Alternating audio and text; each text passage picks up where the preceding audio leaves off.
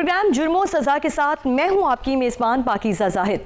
नाज़रीन, आज के प्रोग्राम में पेश करेंगे जुराइम की दुनिया से 3 बड़े वाक़यात। इस्लामाबाद में एक ऑनलाइन राइड सर्विस के ड्राइवर की लर्ज़ा खेज़ कातिल की कहानी, शेखोपुरा में एक मासूम लड़की की फ़रोख्त की दास्तान और पेशावर में गाड़ियों की चोरी और छीना झपटी के बढ़ते हुए वाक़यात जो शहरियों के लिए संगीन खतरा बन चुके हैं। चलते हैं पहले वाक़े की जानिब, जहां एक लड़की को अगवा के बाद फ़रोख्त किया गया और फिर कातिल करके लाश झाड़ियों में फेंक दी गई। तफसीलात जानेंगे अहमद फराज से, जो इस वक्त शेखोपुरा में मौजूद हैं। जी अहमद, बताइए।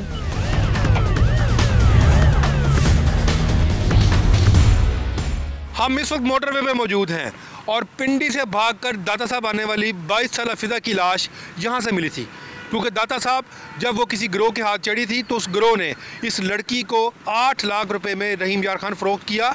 और क्योंकि उसका जो सौदा था वो सिंध में जो मौजूद मुल्ज़मान थे, उन्होंने उसको लड़की को लेने से इनकार कर दिया था क्योंकि उसकी तबीयत ख़राब थी। इस वजह से उन्होंने लड़की को वापस लाहौर ले जाने के बजाय उस गाड़ी में ही कत्ल करने के बाद लाश को यहाँ फेंक दिया था और उसका गला दबाकर यहाँ से फ़रार हो गए थे। नाज़रीन, लाहौर आने वाली इस लड़की को 8 लाख में फ़रोख्त किया गया, ताहम फ़रोख्त के बाद उसे बेरहमी से कत्ल कर दिया गया। तफ्तीशी अफसर से वाक़े की मज़ीद तफसीलात जानते हैं। मोटरवे पर 22 साल फिजा की लाश की इत्तला मिलने के बाद पुलिस यहाँ पर पहुँची थी। पुलिस ने यहाँ से क्या शवाहिद इकट्ठे किए और उसके वर्षा तक कैसे पहुँचे और मुल्ज़मान को कैसे गिरफ्तार किया, इस बारे में हम बात करते हैं। SHO साहब मुनीर भट्टी जो है वो हमारे साथ मौजूद हैं। मुनीर साहब, ये बताएं कि आपको क्या इत्तला मिली थी कि यहाँ पर क्या पड़ा हुआ है? एक्चुअली हुआ यूँ था कि एक अब्दुल रसूल नामी बंदा था जिसने बजरिया 15 कॉल की थी कि एक नामालूम लड़की है, उसकी डेड बॉडी वो नाजरबला इंटरचेंज पे पड़ी हुई है, तो जिसके बारे में हमें अवाइल में बिल्कुल नहीं पता था कि ये कौन है। जैसे हम मौके पे पहुंचे हैं तो हमने देखा है जो कुर्बो जवार में गाँव हैं, देहात हैं, जो मेन रोड शाहराएँ चल रही हैं, लोगों से पहचान करवाने की कोशिश की है, लेकिन किसी को नहीं पता कि ये लड़की कौन है। फिर हमने जदीद टेक्नोलॉजी का फ़ायदा लेते हुए PFSR जो लेबॉर्ट्री है उनकी वो गाड़ी अंगेज की, वहाँ से फिर हमने उसकी शनाख्त ली, उसके जो थंब इंप्रेशन थे उससे पता चला कि इसका नाम फ़िज़ा है और ये रावलपिंडी से बिलोंग करती है। मौके से आपने क्या कुछ इकट्ठा किया? जैसे ही पुलिस मुकामी वहाँ पे पहुँची है तो वहाँ पे हमने अपनी वो बाउंड्री होती है, वहाँ पे हमने अपनी वो की बनाई है और जो मौके से एविडेंस होती है, बेसिक एविडेंस होती है, वो हमने क्लियर की है। लोगों की आमदरफ्त है वो हमने वहाँ पे क्लोज़ किया कि कोई बंदा वो उस क्राइम सीन में एंटर ना हो। तो कोई शनाख्त में कोई चीज़ सामने आई थी उसकी? आपने यहाँ पे कोई सुने, कोई ऐलानात भी करवाया? एक्चुअली जैसे ही हमें पता चला है कि भाई वहाँ पे एक डेड बॉडी पड़ी हुई है तो फिर हमने मसाजिद में ऐलानात करवाए। जो मुकामी लोग थे, जो लोग वहाँ से गुजर रहे थे, जो करीबी देहात से, वहाँ से हमने कोशिश की कि हमें मालूमात मिल जाएं, लेकिन हमें कहीं से कोई हेल्प नहीं मिली। अच्छा, ये बताएं कि क्या लगता क्या था कि उसको कैसे कत्ल किया गया? क्या किसी आतिशी असलहा से कत्ल किया गया है, छुरी से कत्ल किया गया है, या उसको फिजिकली गला दबा कर कत्ल किया गया? उसको जी गला दबा के कत्ल किया गया था, फंदा टाइप उसमें गला दबाया और फिर उससे उसके ना वो उसको कत्ल किया गया। क्या कुछ तशद्दुद के निशानात भी थे? नहीं, बेसिकली उसके जो मेन जो है ना था निशान, वो उसके गले में निशान था कि जैसे ना उसके रस्सी वगैरह डाल के उसको ना गले में उसको फंदा दिया गया। अच्छा, कोई पर्स, कोई उसके पास आइडेंटिफिकेशन की कोई ऐसी चीज़, कोई मोबाइल, कोई चीज़ मौजूद थी? नहीं, जब हमने बॉडी सर्च किया तो उस पर शनाख्त के लिहाज से कोई चीज़ नहीं थी।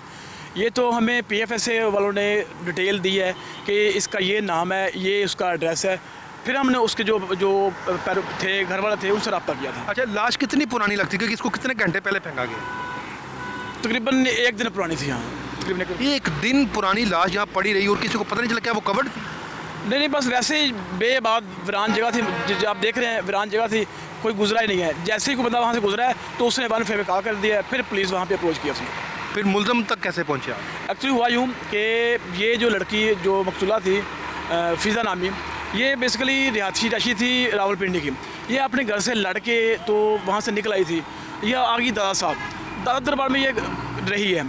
उसके घर वाले मिसिंग होने के 3-4 दिन पहले राब्ते में रहे हैं, लेकिन 3-4 दिन हो गए थे कि वो उससे राब्ता उसका डिस्कनेक्ट हुआ था। जैसे ही हमने उसकी शनाख्त के बाद रब्ता किया तो फिर उन्होंने बताया कि 3-4 दिन हो गए हमें वो राब्ते में नहीं है। फिर हमने अपनी टीमें तश्कील दी और हम वो टीमें लेके दादा साहब चले गए। वहाँ हमने वो जो उसकी तस्वीर थी, वो जो 3-4 टीमें काम कर रही थी, उनको दी कि वो आप लोगों को चेक करें, लोगों से पूछें ये कौन है, कहाँ से आया, कि यहाँ पे आई है कि नहीं आई है। फिर लोगों ने बताया कि हाँ, ये लड़की एक फ़लाँ मरियम नामी औरत है, उसके साथ ये यहाँ पे फिरती पाई गई है। फिर हमने वो मरियम नामी लड़की को ढूंढने के लिए टीमें सारी लगाई। फिर अल्लाह का शुक्र है कि हमें वो जो मरियम नामी औरत है वो पकड़ी गई। उसको पकड़ने के बाद उसके इंकशाफ पे एक औरत और पकड़ी, उसके साथ 3 और मर्द थे जो इस सारी वारदात में शामिल थे। ये हमने 5 अफराद पर मुश्तमिल गैंग, बिल्कुल ये जो 5 अफराद पर मुश्तमिल गैंग था, ये हमने अल्लाह का शुक्र है बड़े शॉर्ट टाइम में हमने गिरफ्तार कर लिया। तो जो रहीम यार खान में जिन्होंने इसको 8 लाख रुपए के एवज बेचा था या ख़रीदा था, वो मुल्ज़मान पकड़े गए? जी बिल्कुल, ये जो 5 लोग पकड़े गए, इनमें से 2 लोग वही थे जो रहीम यार से बिलोंग करते थे। ये लोग वारदात में शामिल थे। इन्हीं में से 5 में से 2 वही लोग थे जिन्होंने इसको सेल आउट किया था, और वही लोग वापस लेके आ रहे थे। उन्होंने कहा कि भाई ये वापस क्यों लेके आ रहे हैं, यदि बीमार थी तो हम इसलिए आप इसको वापस लेके आ रहे थे। रास्ते में यूँ हुआ कि हमें खौफ आया, डर लगा कि ये कहीं इंकशाफ ना कर दे, बता ना दे किसी को कि ये फ़लाँ लोग थे जो मुझे लेके गए हैं, जिन्होंने मुझे 8 लाख में ख़रीदा है और जिन्होंने बेचा है। तो फिर हमने वो खौफ ख़त्म करने के लिए हमने सोचा ये कि इसको मार के कहीं फेंक देते हैं तो फिर हमारी जान छूट जाएगी। लेकिन हुआ यूँ कि जैसे ही उन्होंने वहाँ उतरे हैं नादल बना, वहाँ उन्होंने उसको कत्ल किया है। कत्ल करने के बाद उन्होंने झाड़ियाँ थी, जंगल नमा थी, वहाँ पे उन्होंने फेंक दिया कि ये अब हमें किसी पता नहीं चलेगा। लेकिन अल्लाह का शुक्र है कि सारे जो मुसलमान हैं वो गिरफ्तार हुए और चलान हुए। पुलिस ने केस की तहकीकात शुरू की और इब्तदाई शवाहिद की बुनियाद पर कुछ अफराद को हिरासत में भी ले लिया। आइए सुनते हैं कि इस केस के मुद्दई का इस हवाले से क्या कहना है। 8 लाख में फ़रोख्त होकर कत्ल होने वाली 22 साला फ़िज़ा के कत्ल का मुकदमा अब्दुल रसूल एक शहरी हैं, इनकी मुद्दई में दर्ज किया गया। इन्होंने लाश देखकर पुलिस को इतला दी। इनसे पूछते हैं कि इन्होंने क्या मौके पर देखा और इन्होंने उसको पहचानने की भी कोशिश की और वो कहाँ के रहने वाली थी। जी अब्दुल रसूल साहब, आप ये बताएं कि आपने लाश देखी, मोटरवे पर पड़ी हुई थी। हाँ जी, मैं तो फिर आपने फिर क्या किया?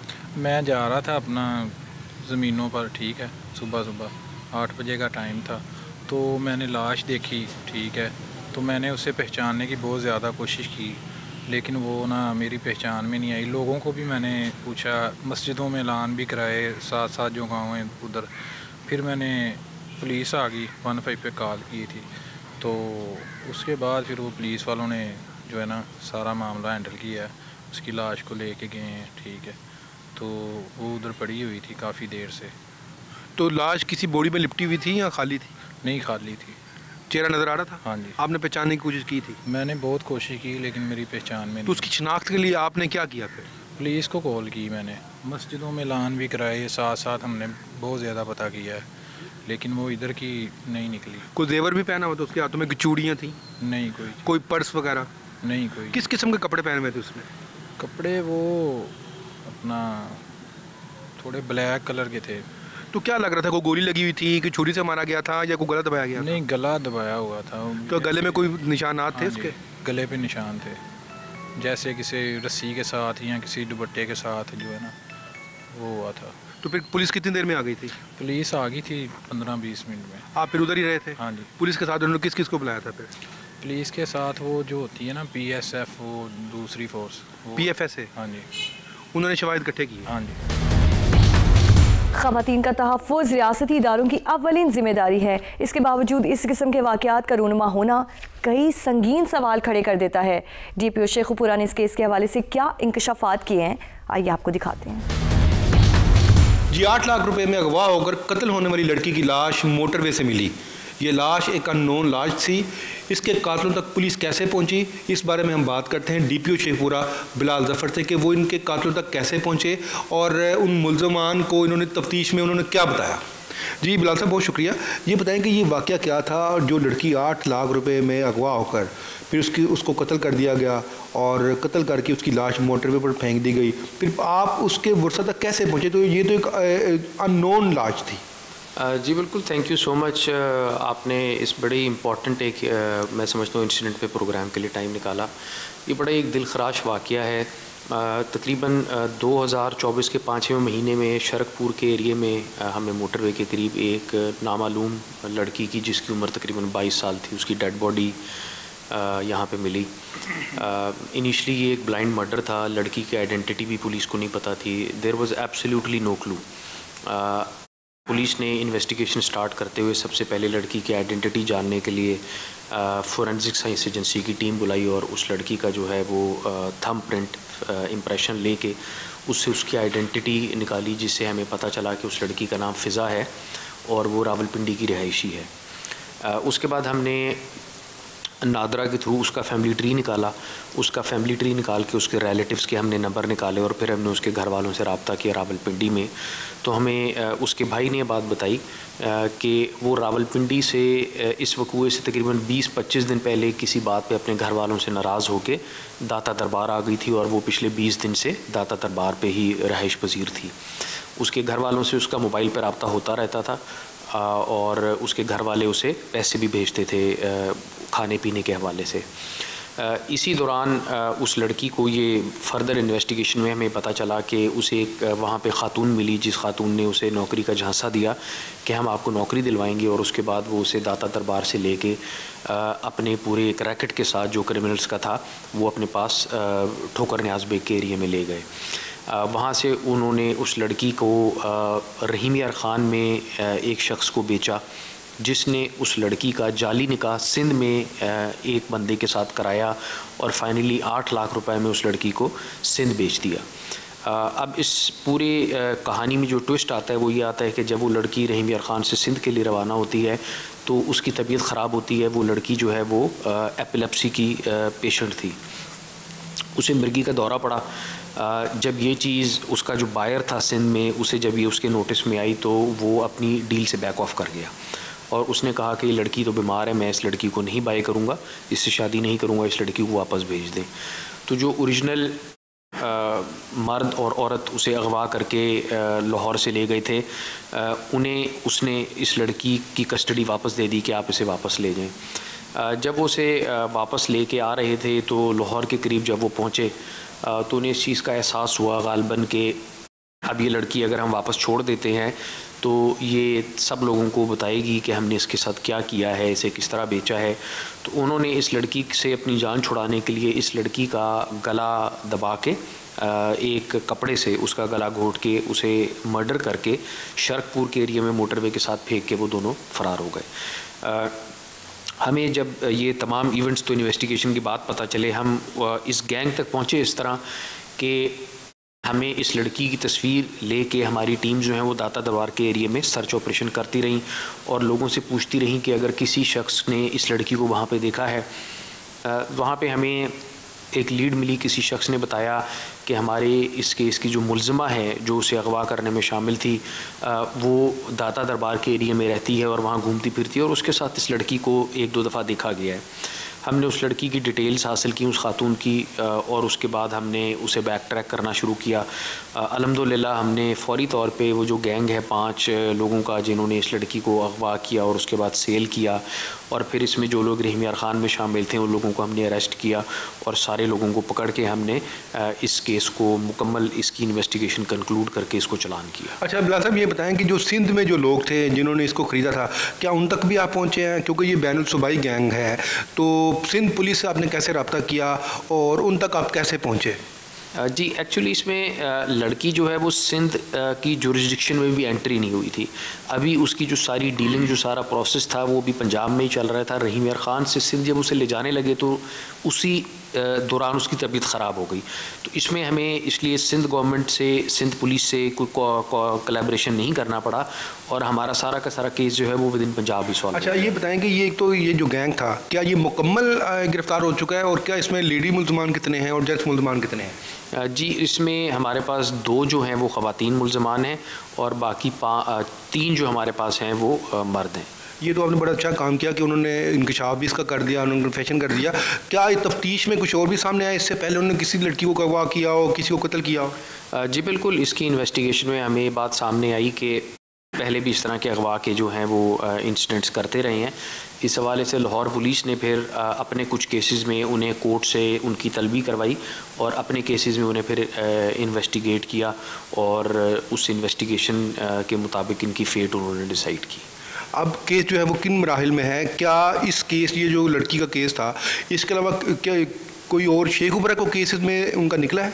नहीं, शेखुपुरा की हद तक ये उनका सोल एक ही इंसिडेंट था और ये भी इंसिडेंट क्योंकि डेड बॉडी यहाँ पे मिली थी तो हमने केस रजिस्टर करके यहाँ पे स्टार्ट किया, लेकिन ओरिजिनली वो लड़की जो है वो अगवा लाहौर से हुई और उसके बाद रहीम यार ख़ान में वो सेल हुई, लेकिन क्योंकि डेड बॉडी शेखुपुरा के जुरिसडिक्शन से मिली थी इसलिए केस हमने रजिस्टर किया और इन्वेस्टिगेशन इस केस की हमने की। अब मुल्ज़मान जुडिशल हो गए हैं? जी वो बिल्कुल जुडिशल हो, उनकी तफ्तीश मुकम्मल है? जी हमारी तरफ से तफ्तीश मुकम्मल है, मुकम्मल चालान उसका सेंड टू कोर्ट हो चुका है। अभी एक ब्रेक लेंगे और ब्रेक के बाद रावलपिंडी चलेंगे और एक ऑनलाइन राइड सर्विस के ड्राइवर के साथ पेश आने वाले अफसोसनाक वाक़े के बारे में आपको बताएंगे। आप हमारे साथ रहिए। वेलकम बैक टू जुर्मो सज़ा। रुक करते हैं रावलपिंडी का, जहां रोज़ी की खातिर सफ़र पर निकले एक गरीब बाप को बेदर्दी से कत्ल कर दिया गया। रावलपिंडी से ज़रगोन शाह रिपोर्ट करें।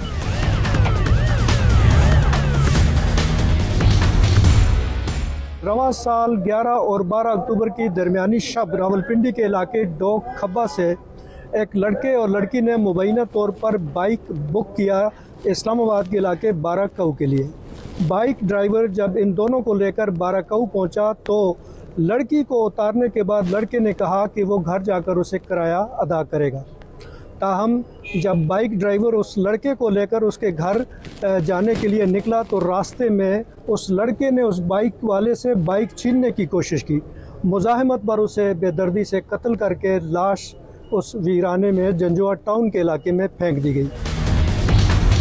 रावलपिंडी से इस्लामाबाद आने वाले ऑनलाइन राइड सर्विस के ड्राइवर मोहम्मद अमजद को दौरान सफ़र कत्ल कर दिया गया। मोहम्मद अमजद की लाश बाराकऊ के मुज़फ़्फ़ात में एक खाई के करीब मिली।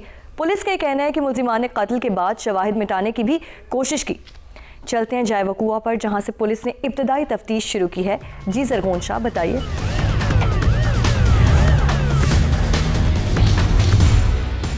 बाइक ड्राइवर अमजद जो कि 2 बेटियों का बाप था, उसे मुबैना तौर पर कातिल जो है वो बाराकऊ से उसके मज़ाफ़ाती गांव जंजुआ टाउन लेकर आया। जंजुआ टाउन में फिर बाइके वाले के साथ क्या हुआ, मज़ीद जानेंगे इन्वेस्टिगेशन ऑफिसर गौस साहब से। गौस साहब ये बताएं कि जब उसने लड़की को ड्रॉप किया और उसके बाद वो बाइक को लेकर कातिल जंजुआ टाउन में आया, वहाँ पे यहाँ पे क्या वारदात की उसने जंजुआ टाउन में? जंजुआ टाउन जब आबादी शुरू होती है वहाँ पे मोटरसाइकिल को रुकवाया और उसको कहा कि मेरे घर चलते हैं, वहाँ से आपको किराया भी देता हूँ और आपको चाय वगैरह पिलाता हूँ।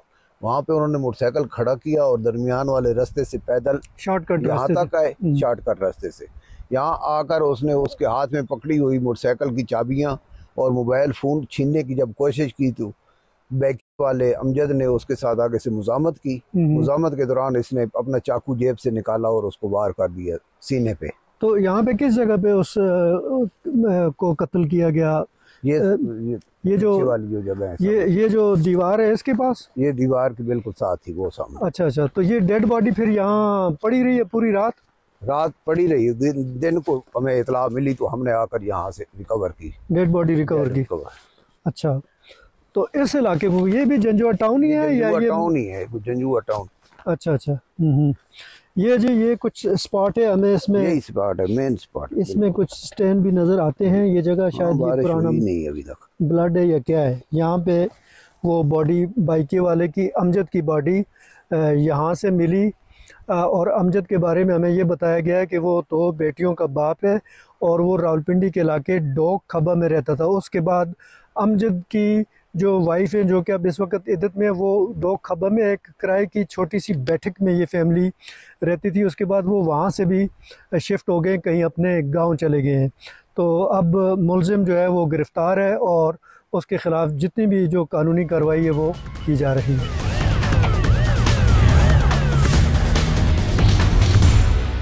ग्यारह और 12 अक्टूबर की दरमियानी शब डोक खब्बा से 2 सवारियों को लेकर इस्लामाबाद के इलाके बाराकऊ आने वाला बाइक ड्राइवर लड़की को उतार के उस लड़के के साथ जंजुआ टाउन आया। ये जंजुआ टाउन है और यहाँ पे हमें जो पुलिस ने ये बताया है कि उस बाइक ड्राइवर से उस लड़के ने ये कहा कि आप बाइक को यहाँ रोक दो, हम यहाँ से पैदल जाते हैं। तो वो बाइक जो है यहाँ पे कहीं उससे रुकवाया गया और उसके बाद ये लोग पैदल गए हैं, इस रास्ते से ये लोग पैदल गए हैं और यहाँ से बीच में से होते हुए जंजुआ टाउन के वो उस खाई तक पहुँचे हैं और उस खाई में फिर एक दीवार की ओट में उस पर उस कातिल ने हमला किया और चाकू से वार करके जो कि उसके सीने में लगा उसे वहाँ बेदर्दी से कत्ल करके वहीं पे छोड़ के वो बाइक लेके दोबारा उस लड़की के पास गया है, लड़की को पिक किया है और उसके बाद ये लोग बरीमाम में पूरी रात ये बरीमाम के इलाके में रहे हैं। उसके बाद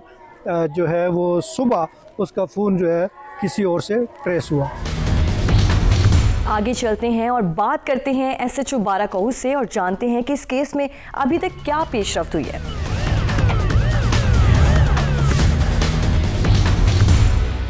बाइक ड्राइवर अमजद कत्ल केस के हवाले से हम थाना बाराकऊ के SHO साहब से भी मज़ीद मालूमात लेते हैं।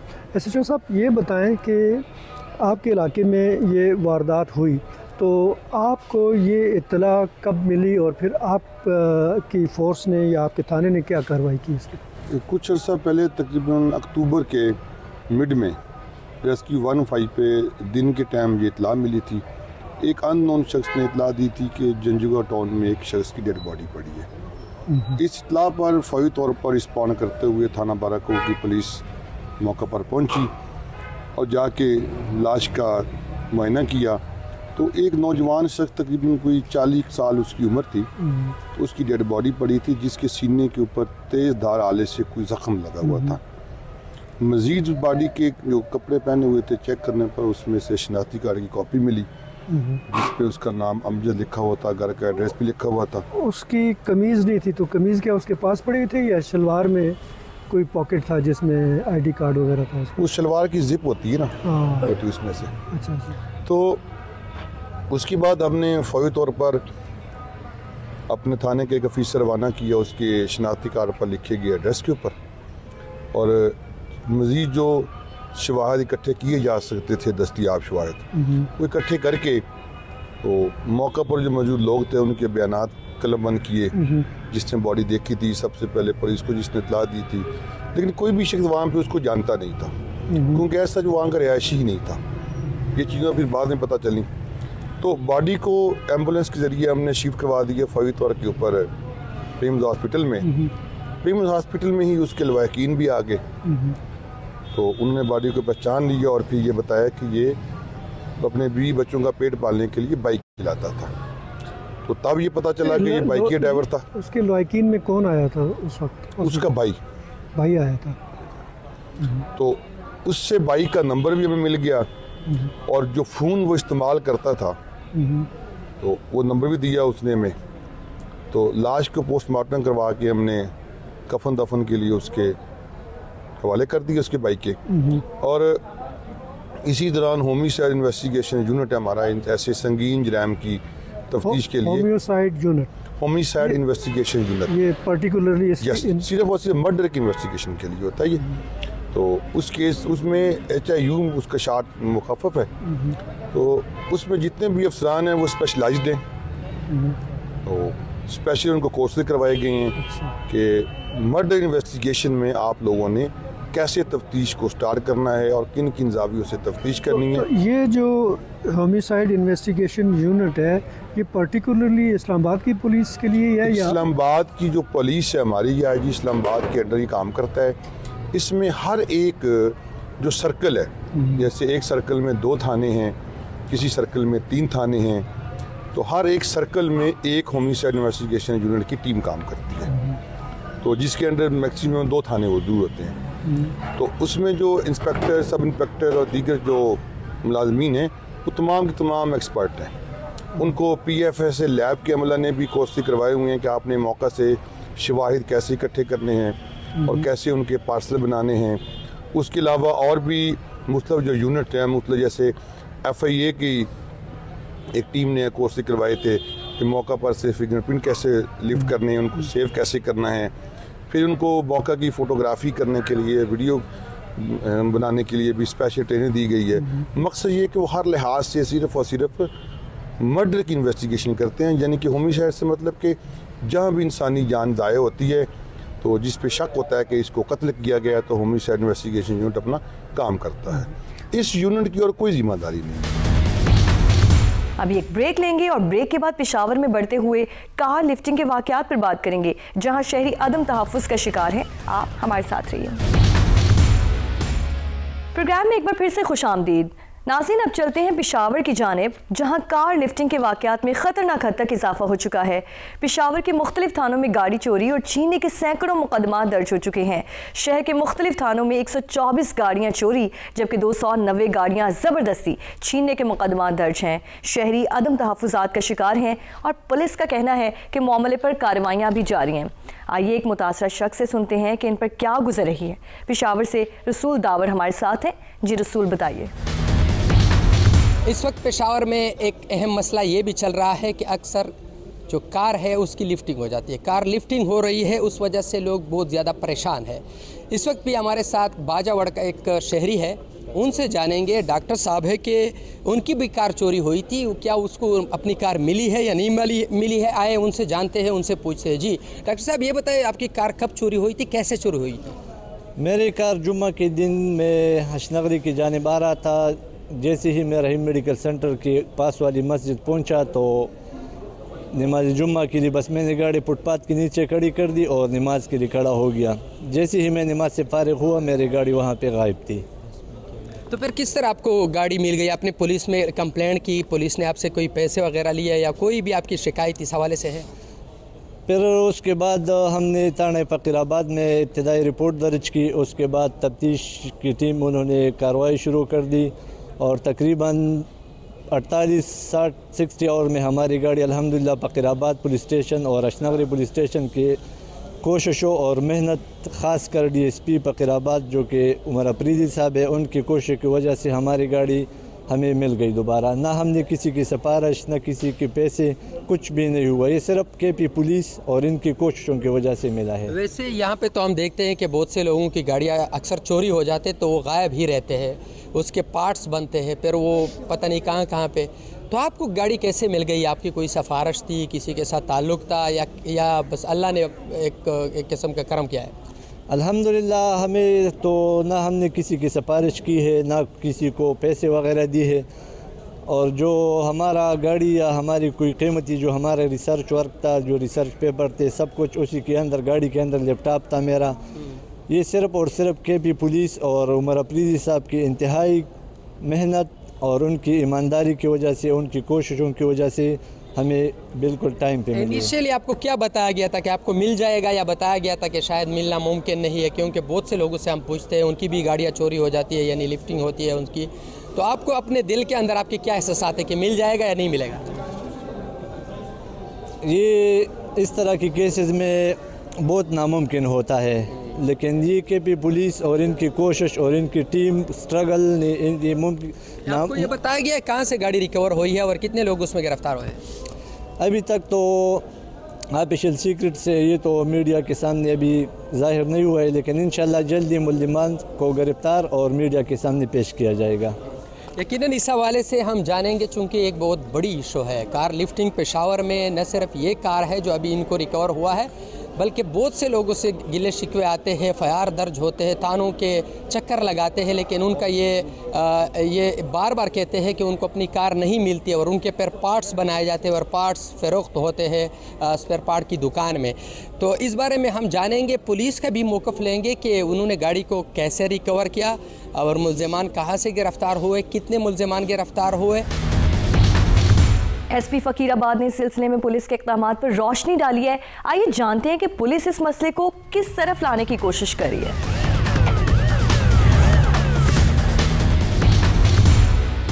जी बिल्कुल, इस वक्त हम SP फ़कीराबाद से तलाल अहमद शाह साहब के साथ मौजूद है। उनसे जानेंगे यहाँ इनके एरिया में जो कार लिफ्टिंग हो रही है, हाल ही में जो ये वाक़या है, इस बारे में वो क्या इक़दाम करते हैं, कैसे वो कार लिफ्टिंग हो रही है, उस हवाले से उनसे जानते। तलाल साहब बताएं, ये किस तरह कार लिफ्टिंग करते हैं और फिर क्या उसके टुकड़े करते हैं, उसको उस पर पार्ट बनाते हैं, क्या होता है? बिस्मिल्लाहिर्रहमानिर्रहीम। कार लिफ्टिंग का तरीकाकार कुछ ऐसे है कि इसको पहले जो है ये मुल्ज़िमान आइडेंटिफाई करते हैं। यूजुअली ये सॉफ्ट टारगेट्स आइडेंटिफाई करते हैं, जैसे कोई सियासी जलसा हो गया या बड़ी गैदरिंग हो गई, कोई स्पोर्ट्स का प्रोग्राम हो गया, जहाँ पे लोगों ने गाड़ी पार्किंग के अलावा किसी ऐसी अनसुपरवाइज जगह पर खड़ी कर दी।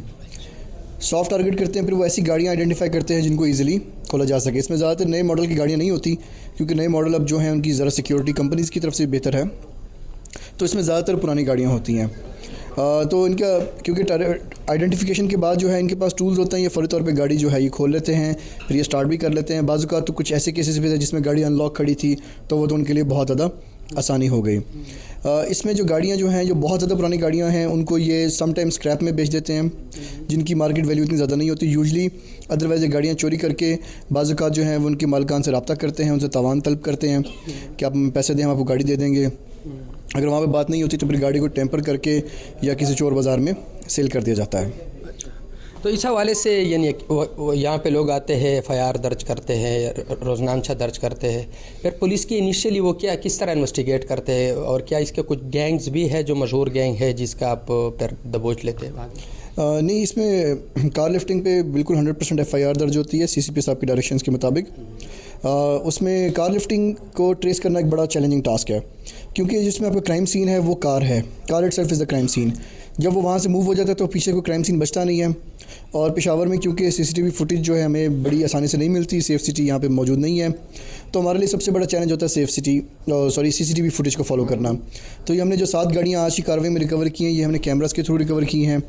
एक गाड़ी में हमें कुछ ट्रैकर की मदद से हेल्प मिली, तो वो गाड़ी हमने हॉट परसूट में जाके जो है लकी मरवत और DI खान की बाउंड्री से रिकवर की। तो कार लिफ्टिंग बहुत एक सीरियस किस्म का चैलेंज है, और उसमें हम अपनी तमाम एफर्ट्स करते हैं और उसको हम रिकवर करते हैं। तो ये मोस्टली गाड़ियाँ जो हमने रिकवर की ये भी हमें जनूबी अजला से मिली। कुछ ऐसी भी इतलात आ रही है कि जेल में बैठ के कुछ मुजरिमान जो है वो भी इस प्लानिंग में शरीक है, और इसके अलावा ये भी कहा जा रहा है कि यहाँ पे बाकायदा इनके अपने नाम है, मशहूर गैंग है कि वही गाड़ी चोरी करते हैं और फिर आगे बेच देते हैं। कोई ऐसी इतलात है?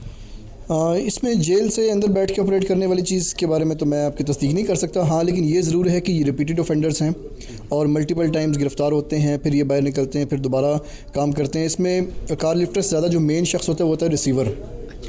रिसीवर जो है वो गाड़ियाँ रिसीव करता है और ये बहुत सारे कार मैकेनिक्स के साथ राब्ते में होता है, तो ये इसमें बहुत सारे स्टेक होल्डर्स इन्वॉल्व होते हैं। और मैं समझता हूँ कार लिफ्टिंग इस टाइम एक ऑर्गेनाइज्ड क्राइम की जो है वो सूरत इख्तियार कर चुका है। यानी कार लिफ्टिंग एक ऑर्गेनाइज क्राइम बन रहा है या बन चुका है। तो इस बारे में कुछ लोगों के अभी भी कार रिकवर नहीं हुए हैं, उसको आप क्या कहेंगे कि किस तरह उसकी रिकवरी होगी? बिल्कुल 100% रिकवरीज तो नहीं हो सकती इसमें, लेकिन ये है कि आज की कार्रवाई में 7 गाड़ियाँ रिकवर हुई। ये पिछले 3 महीनों में हमारे डिवीज़न में 15 से ज़्यादा गाड़ियाँ रिकवर हो चुकी हैं। तो इसमें हम बहुत ज़्यादा एफर्ट कर रहे हैं हमें एक्चुअल गाड़ी रिकवर करने पे। तो हमारी रिकवरी परसेंटेज अल्हम्दुलिल्लाह अच्छी है और हमारी टीम्स काम करें, हम होपफुल हैं कि हम 100% रिकवरी करके देंगे इन सबको। गाड़ी चोरी से बचाने के लिए कौन से इकदाम एक आम बंदे को करना चाहिए? कहाँ पर गाड़ी को पार्क करना चाहिए? हर जगह पर तो पार्क भी नहीं होता, तो फिर क्या करना चाहिए? इसमें आपके प्लेटफॉर्म के थ्रू मैं एक पब्लिक सर्विस मैसेज भी देना चाहूँगा। यहाँ पे हमें बहुत ज़्यादा इश्यूज़ हैं कि सब्ज़ी मंडी में इस तरह की जगहों पे जिसको जहाँ गाड़ी मिलती है वो पार्क करके चला जाता है, तो लोग इसमें पार्किंग फ़ाइन से बचने के लिए भी ये काम करते हैं। बाज़ वक़्त 50 या 100 रुपये की टिकट के पीछे जो है वो लाख रुपए की गाड़ी से लोग जो है वो हाथ गवा बैठते हैं, और ये बहुत फ्रीक्वेंटली हो रहा है। तो उनसे रिक्वेस्ट ये है कि अपनी गाड़ी को किसी महफूज जगह पर पार्क करें, कोशिश करें ऐसी जगह पर जहाँ पे CCTV मौजूद हो, किसी बैंक के सामने। उससे भी बेहतर है किसी प्रॉपर पार्क, क्योंकि प्रॉपर पार्किंग्स बनी हुई हैं, गवर्नमेंट की तरफ से भी फैसिलिटी है, उसका पार्किंग टोकन ले लें, तो उसमें आपके लिए भी आसानी होगी, पुलिस के लिए भी आसानी होगी। बाकी ये है कि गाड़ी को प्रॉपर लॉक करें और उसके आप चेक कर लें हैंडल से वो गाड़ी लॉक हुई है या नहीं। कुछ मैनुअल लॉक्स भी अब तो मार्केट में अवेलेबल हैं, और अगर आप ट्रैकर भी लगा सके तो बहुत ज़्यादा बेहतर हो जाएगा, क्योंकि हम ट्रैकर की हेल्प से भी हमने कुछ गाड़ियाँ रिकवर की हैं। यकीनन हुकूमत ने एक इनिशिएटिव लिया था इस हवाले से, 20-21 अरब रुपए का एक प्रोजेक्ट था कि हम पूरे शहर को सिक्योर बनाएंगे कैमरों के ज़रिए से। वो तो मुमकिन नहीं रहा, अभी तक नहीं हो सका, लेकिन प्राइवेटली लोगों ने लगाए हैं, तो वो ताउन करते पुलिस के साथ, वो अपनी CCTV फुटेज वगैरह शेयर करते हैं। लोग ताउन करते हैं, ज़ाहिर पुलिस की हेल्प करते हैं, लेकिन उसमें ये होता है कि बाज़-औक़ात कैमराज नहीं फंक्शनल, या DVR अवेलेबल नहीं है, या लाइट नहीं होती, लोड शेडिंग यहाँ पे ज़्यादा है। तो मैं समझता हूँ कि हमें फुटेज 50% चांस होता है कि मिले, 50% यूजुअली हमें फुटेज नहीं मिलती। यकीनन ये थे तलाल साहब जो बता रहे थे अपने डिवीज़न से मुतालिक कि यहाँ पे जो कार लिफ्टर्स है वो एक ऑर्गेनाइज क्राइम बनता जा रहा है, लेकिन उसके लिए सरकूबी के लिए भी एक कोशिश की जा रही है। कुछ गाड़ियाँ स्पेयर पार्ट बन जाती है और कुछ अपने मालिकान को मिल भी जाती है, लेकिन फिर भी अपनी तरफ से कह रहे हैं कि पुलिस कोशिश कर रही है, और CCPO का ये हुक्म है कि जिसकी भी गाड़ी चोरी हो जाए उसका फ़ौरन FIR दर्ज किया जाएगा। नाज़रीन, जराइम की बढ़ती हुई वारदातें हमारे माशरे के लिए एक लम्हा फ़िक्रिया हैं। प्रोग्राम में जाते जाते आपको बताते चलें कि इस साल मुल्क भर के मुख्तलिफ शहरों में जराइम से मुतालिक क्या डेटा सामने आया है। मुल्तान की अगर बात करें तो मुल्तान में साल 2024 में कुल 49 पुलिस मुकाबले हुए, जिनमें 1 एहलकार शहीद और 3 जख्मी हुए, जबकि 11 मुजरिमान हलाक और 58 जख्मी हुए और 68 मुलजिमान को गिरफ्तार किया गया। उसके अलावा जराइम की बात की जाए तो मुल्तान में इस साल कत्ल के 128 वाक़यात रिपोर्ट हुए, डकैती के 65, अगवा बराए तावान के 3, मोटरसाइकिल चोरी के 4618, जबकि चोरी की 12833 वारदातें रूनुमा हुई। कोयटा में 2024 में कत्ल, इक़दाम कत्ल और स्ट्रीट क्राइम के वाक़यात में इजाफा रिकॉर्ड हुआ है। पुलिस रिपोर्ट्स के मुताबिक रवां साल जराइम के 1316 वाक़यात रिपोर्ट हुए हैं, जबकि गुज़श्ता साल जराइम के 1065 वाक़यात रूनुमा हुए थे। रिपोर्ट में ये भी बताया गया है कि गुज़श्ता साल की निस्बत रवां साल जराइम के 250 वाक़यात ज़्यादा हुए, यानी जराइम में 20% इजाफा देखने में आया। पेशावर की अगर बात करें तो पेशावर में इस साल कत्ल के 476 वाक़यात रूनुमा हुए, जबकि इक़दाम कत्ल के 616 वाक़यात रिपोर्ट किए गए। शहर में 269 डकैती की वारदातें हुई और 49 के वाक़यात रिपोर्ट हुए हैं। पेशावर में इस साल तकरीबन 88 रेप भी रिकॉर्ड किए गए। लाहौर में इस साल कुल दर्ज मुकदमात की तादाद 10,67,000 रही, जिसमें डकैती के दौरान कत्ल की तादाद 233, खवातीन से इज्तिमाई ज़्यादती के 1262 केसेस रिपोर्ट हुए, जबकि बच्चों से ज़्यादती के 3,880 वाक़यात और अगवा बराए तावान के 85 वाक़यात रिकॉर्ड किए गए, जबकि नामालूम कत्ल के वाक़यात की तादाद 504 रही। लाहौर के बाद इस्लामाबाद की बात की जाए तो गुज़श्ता बरस के मुकाबले में इस साल के अदाद शुमार कदर बेहतर रहे। इस साल इस्लामाबाद में कत्ल के 166, डकैती के 1765, कार चोरी के 1025, जबकि अगवा बराए तावान के केसेस 5 सामने आए हैं। कराची में इस साल कत्ल के 548, डकैती के 228, जबकि कार चोरी के 1117, अगवा बराए तावान के 2597 केसेस रिपोर्ट हुए हैं। उम्मीद है कि इन नंबर्स में और जराइम के वाक़यात में कमी रहे और आप सब तहफ़्फ़ुज़ और अमन के साथ अगले प्रोग्राम तक के लिए मुझे और मेरी टीम को इजाज़त दीजिए। अल्लाह हाफ़िज़।